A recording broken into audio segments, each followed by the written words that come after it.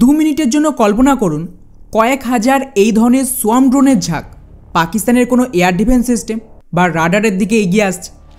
পাকিস্তানের এয়ারফোর্স কয়েকশো এই জাতীয় ড্রোনকে শুট ডাউন করে দিল, কিন্তু তাও ড্রোনের সংখ্যা এত বেশি এবং সময় এত কম যে বাকি ড্রোন পাকিস্তানের রাডার, এয়ার ডিফেন্স সিস্টেম এগুলোর কাছে গিয়ে তার উপর ব্লাস্ট হয়ে পুরো এয়ার ডিফেন্স সিস্টেমকেই ধ্বংস করে দিল।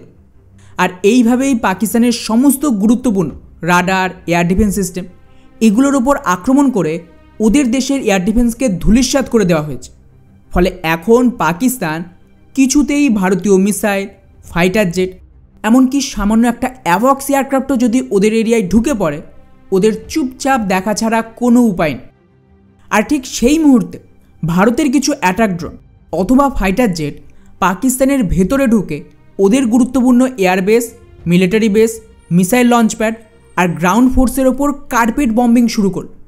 আপনাদের কি মনে হয় পাকিস্তানের কাছে আর কিছু বেঁচে থাকবে পাল্টা ভারতের ওপর হামলার জন্য? বা ওদের সেনা যুদ্ধ লড়ার মতন পজিশনে থাকবে? কোনোদিন না।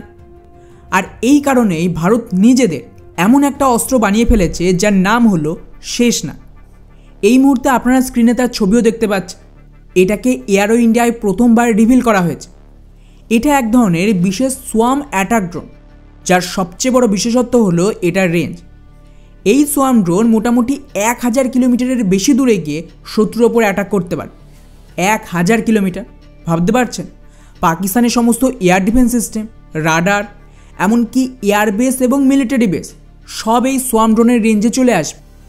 এই ড্রোন মোটামুটি 5 ঘন্টা পর্যন্ত একটানা উঠতে পারে এবং এগুলো লো কস্ট ড্রোন, অর্থাৎ একটা নর্মাল ব্রহ্মসের মতন মিসাইলের টাকা এইরকম বেশ কয়েকটা শেষনাগ ড্রোন তৈরি হয়ে যাবে।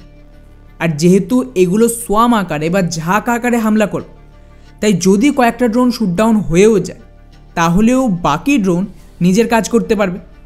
আর এই জাতীয় ড্রোন কতটা দারুণ কাজ করে সেটা আমরা ইউক্রেন আর ইসরায়েলে দেখেছি।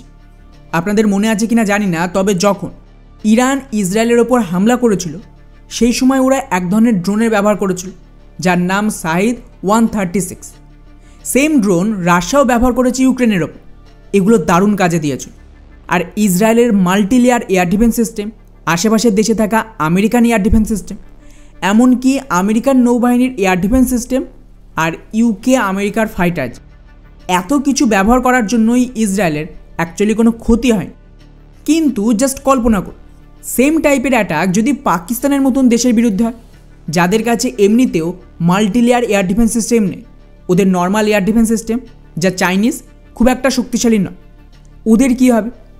এর জন্যই ভারতের private company new space research এই ড্রোনকে তৈরি করেছে। আপনাদের জানিয়ে রাখি, এটা কিন্তু সেম কোম্পানি যারা বায়ুসেনার জন্য ক্যাটস ওয়ারিয়ারকেও ম্যানুফ্যাকচার করবে এই জেলের সাথে মিলে। তো এদের টেকনোলজি অসাধারণ এই জাতীয় আনম্যান ড্রোনের ক্ষেত্রে। রিপোর্ট অনুযায়ী অলরেডি এই ড্রোনের প্রথম ফ্লাইট টেস্ট সম্পূর্ণ হয়ে গেছে এবং 150 কেজি ওজনের এই ড্রোন খুব তাড়াতাড়ি নিজেদের ক্ষমতা আর্মির সামনেও শোকেস করে। সম্ভাবনা রয়েছে হিউজ নাম্বারে এই ড্রোনের অর্ডার দেওয়া হবে, যদিও এই ডিল অফিসিয়ালি ঘোষণা হওয়ার সম্ভাবনা অনেক কম, কারণ কতগুলো এই জাতীয় ড্রোন ভারতের ইনভেন্টরিতে থাকবে তা পাবলিক করা হবে। আর যদি খেয়াল করেন লাস্ট 3-4 বছরে যত এই ধরনের সোয়ার্ম ড্রোন বা নর্মাল অ্যাটাক ড্রোন কেনা হয়েছে বা সেনাতে সামিল হয়েছে, তার ম্যাক্সিমামই অফিসিয়ালি কনফার্ম করা হয়নি। আর না কত নম্বরে রয়েছে বা কী পরিমাণ সেনার কাছে এই ক্ষমতা রয়েছে কোনোটাই পাবলিক করেন। অর্থাৎ এটা সারপ্রাইজ ফ্যাক্টর যা যুদ্ধের ময়দানে কাজে আসবে।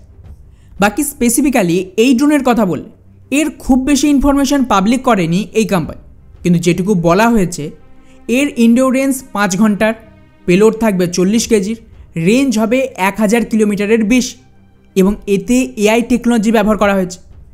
এর সুবিধা হলো পুরো অপারেশন গ্রাউন্ড থেকে কন্ট্রোল করার প্রয়োজন নেই। এগুলো নিজেদের মধ্যে কোঅর্ডিনেটভাবে টার্গেট সিলেক্ট করে তার উপরে অ্যাটাক করতে পারবে। মানে যতটা সম্ভব হিউম্যান ইন্টারফিয়ারেন্স কমানোর চেষ্টা হয়েছে, যা একটা ভালো জিনিস। এছাড়াও শুধু যে এটা অ্যাটাকের কাজে লাগবে তাই না, এটাকে আলাদা আলাদা পারপাসে ব্যবহার করা সম্ভব। যেমন ধরুন ইন্টেলিজেন্স গ্যাদারিং। এই ড্রোন 5 ঘন্টার বেশি সময় ধরে 1000 কিলোমিটারের এরিয়া কভার করতে পারবে এবং ডিরেক্টলি সমস্ত ইনফরমেশন শেয়ার করবে ভারত।